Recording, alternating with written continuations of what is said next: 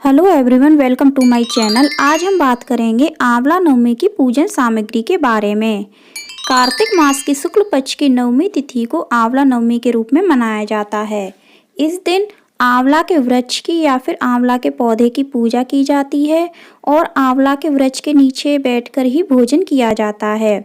आंवला के वृक्ष में माता लक्ष्मी और भगवान विष्णु का निवास माना जाता है। कहा जाता है कि आंवला नवमी के दिन से ही द्वापर युग का प्रारंभ हुआ था।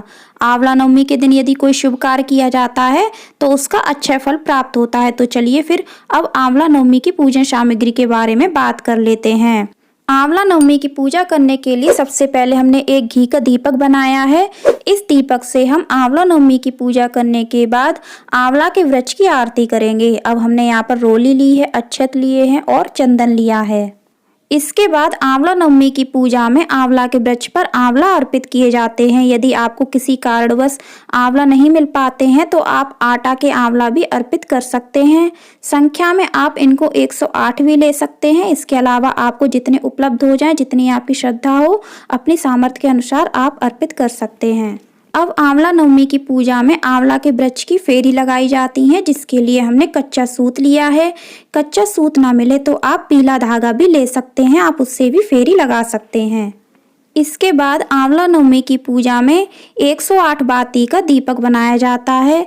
यहाँ हमने 108 बाती का देसी घी का दीपक बनाया है, जो पूजा के समय जब तक हम पूजा करते हैं जलता रहना चाहिए। तो उसके लिए हमने ये 108 बाती का दीपक बनाया है। यदि आप नहीं बना पाते हैं तो आप एक बाती का भी दीपक बना सकते हैं। इसके बाद आंवला नवमी की पूजा में आटे और हल्दी का ऐपन बनाया जाता है, जिसको हम आंवला के वृक्ष पर लगाते हैं। तो उसके लिए हमने ये आटा और हल्दी को घोल करके इस प्रकार का ऐपन बनाया है। आप भी इस तरह से ऐपन बना सकते हैं।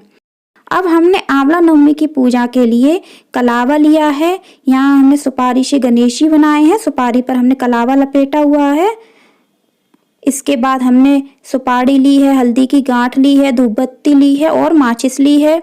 आंवला के वृक्ष को उड़ाने के लिए हमने पीला कपड़ा लिया है। आप चाहें तो पीली चुनरी भी ले सकते हैं। इसके बाद हमने यहाँ पर दक्षिणा ली है आंवला के वृक्ष को अर्पित करने के लिए।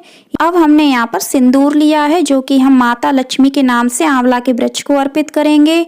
आंवला के वृक्ष में माता लक्ष्मी और भगवान विष्णु दोनों का निवास माना जाता है, तो हमें दोनों के नाम से पूजा करनी चाहिए। इसके बाद हमने यहाँ पर पीले धागे से 108 धागे की माला बनाई है। यह हम आंवला के वृक्ष को अर्पित करेंगे। आप चाहें तो यह माला 8 धागे की या फिर 7 धागे की भी बना सकते हैं। आंवला के वृक्ष पर अर्पित करने के लिए हमने शुद्ध जल का कलश लिया है। आप चाहें तो इसमें कच्चा दूध भी मिला सकते हैं। आंवला नवमी के दिन आंवला के वृक्ष पर शुद्ध जल में कच्चा दूध मिलाकर भी आंवला के वृक्ष को अर्पित किया जाता है। इसके बाद आंवला नवमी की पूजा करने के लिए खील खिलौना चाहिए होते हैं। यदि आपके पास खिलौना नहीं है तो आप बतासे का भी प्रयोग कर सकते हैं। खील और खिलौना से आंवला के वृक्ष का श्रृंगार किया जाता है। आंवला के वृक्ष को अर्पित करने के लिए हमने कुछ भोग बनाया है, जिसमें हमने 8 पूड़ियाँ बनाई हैं। आप चाहें तो 108 पूड़ियाँ भी बना सकते हैं और आंवला के वृक्ष को भोग के रूप में अर्पित कर सकते हैं। हलवा बनाया है। इसके अलावा आप जो भी भोग बनाना चाहें, बिना प्याज लहसुन का खाना बनाना चाहें तो आप वो भी आंवला के वृक्ष को अर्पित कर सकते हैं और आंवला के वृक्ष के नीचे आप प्रसाद के रूप में ग्रहण कर सकते हैं। अब हमने यहाँ पर मिठाई ली है। आंवला के वृक्ष की पूजा करने के लिए कुछ पुष्प लिए हैं। इन सभी के अलावा आंवला नवमी की पूजा में आंवला के वृक्ष पर अर्पित करने के लिए आटा के 108 आंवला बनाए जाते हैं। इस तरह से आप आटा के छोटे छोटे गोल गोल सादा आटा के 108 आंवला बना लीजिए। कहीं कहीं किसी कारणवश हरे आंवला नहीं मिल पाते हैं। यदि हरे आंवला मिल जाते हैं तो आप उनको 108 की संख्या में अर्पित कीजिए।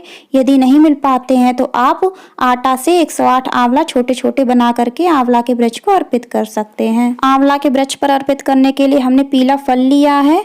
कोई भी फल आप आंवला के वृक्ष पर अर्पित कर सकते। इसके बाद हमने आंवला के वृक्ष की फेरी लगाने के लिए यहाँ पर 108 की संख्या में बादाम लिए हैं।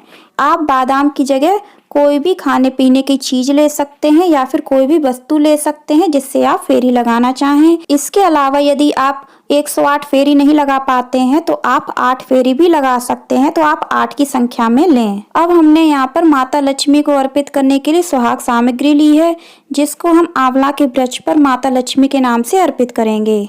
तो फ्रेंड्स, उम्मीद करती हूँ आपको हमारा यह वीडियो पसंद आया होगा। वीडियो पसंद आया हो तो लाइक करें, शेयर करें, हमारे चैनल को सब्सक्राइब करें, बेल आइकन को प्रेस करें और कमेंट करके ज़रूर बताएं आपको हमारी वीडियो कैसी लगी। कमेंट में ओम नमो भगवते वासुदेवाय नमः अवश्य लिखें। धन्यवाद।